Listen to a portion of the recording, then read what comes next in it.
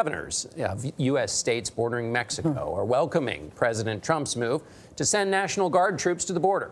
The president signed a proclamation last night saying the combination of illegal drugs, dangerous gang activity, and extensive illegal immigration not only threatens our safety, but also undermines the rule of law. Homeland Security Secretary, that's Kirstjen Nielsen, says the DHS and the Pentagon will work with governors to deploy the Guard. She did not say how many troops would go.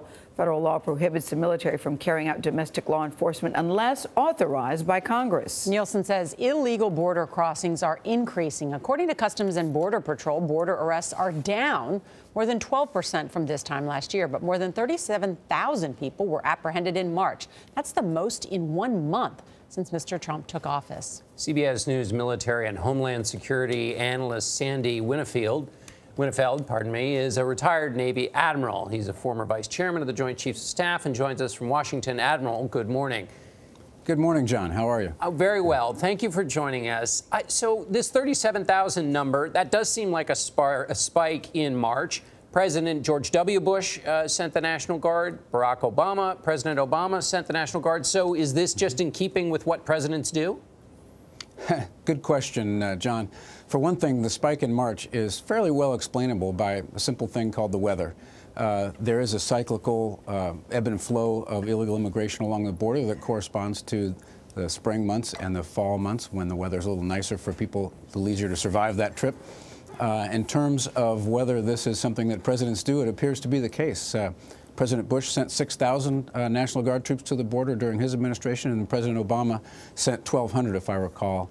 And it remains to be seen how many President Trump intends to send. But, Admiral, does this order seem different to you? We've established that that presidents have done it, but does this particular order seem different, or no, not really? Well, it seems a little different in that when Presidents Bush and Obama sent Guard troops to the border, it was because of a spike, a real large historical spike in illegal immigration. It's almost as though the spikes occur in even-numbered years, and perhaps there's one happening this year. But as you pointed out earlier, this is a historically low time for illegal immigration, so it does seem a little strange that we would be sending Guard to the border at this particular time. So, Admiral, if the weather is part of what causes this, or might cause it, then shouldn't this have been something the administration should have anticipated? And also, what will the Guard do when they're there? Well, the Guard, of course, if it's directed by the president to go to the border, cannot execute law enforcement tasks. So they will provide supporting tasks to the Border Patrol.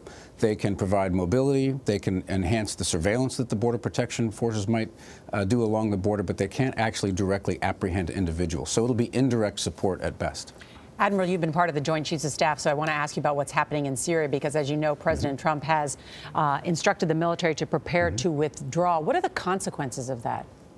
Well, clearly there are differing views within the administration of whether the U.S. should withdraw from Syria or not. I think most of the folks who are operational in this, the diplomats, the intelligence folks, the military folks, believe that they're making progress, they're invested in this, and they think that there are important U.S. interests at stake. The president, on the other hand, came in with an America First grand strategy, and he's asking questions about whether protecting those interests is worth the cost in blood and treasure.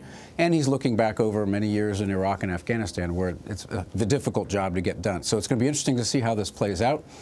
There are U.S. interests at stake in preventing increased Iranian influence in the region, preventing increased Russian influence in the region, trying to limit the extent of a humanitarian catastrophe, prevent the reemergence of ISIL. So there are plenty of reasons to be there. The question will have to be resolved in the president's mind and his advisors' minds on whether it's worth the cost that it could take to get that done. Yeah, Admiral, during the campaign, the then-candidate Trump made a lot about telegraphing what the U.S. was going to do, particularly on the matter of withdrawing U.S. troops. So give us your assessment. In this case, he seems to be telegraphing what the U.S. would do, and what are the benefits or costs of doing that? Well, candidly, it's not unusual for there to be inconsistencies in statements. For example, we know the president was very critical of the Obama administration in withdrawing from Iraq during their time in power, and now he's talking about withdrawing from Syria. So it's not at all surprising to see some inconsistencies in statements, but it would seem that telegraphing a withdrawal from Syria would be in contrast to a statement that says we should never tell our adversaries what we're doing. All right, Admiral Winnefeld, always good to see you, sir. Thanks for your time. Good to see you.